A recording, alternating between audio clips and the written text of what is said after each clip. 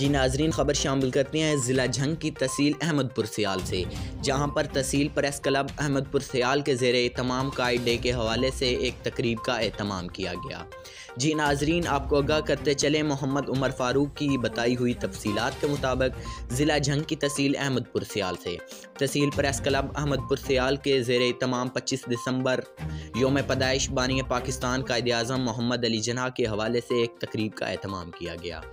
जिसमें बतौर मेहमान ख़ुसूसी ज़िले सदर पाकिस्तान तहरीक इंसाफ के Ghulam Ghazi Khan, chief officer municipal committee Ahmedpur Sial बतौर मेहमान ख़ुसूसी शिरकत की। इस मौका पर ग़ुलाम गाज़ी खान सियाल, हबीब मज़हर महदी, मैर फ़ख्र सबियाना सियाल और दीगर मुकर्ररीन ने बानी पाकिस्तान कायद-ए-आज़म मोहम्मद अली जिन्ना को खराज तहसीन पेश किया। तकरीब के इख्तिताम पर काइड डे के हवाले से केक भी काटा गया। इस मौका पर रोडू सुल्तानगढ़ महाराजा प्रेस क्लब के अरकान समेत सियासी, समाजी, मजहबी, ताजरान, वकला बरादरी, सहाफ़ी बिरादरी और कसीर तादाद में मुअज़्ज़ज़ीन इलाका ने शिरकत की।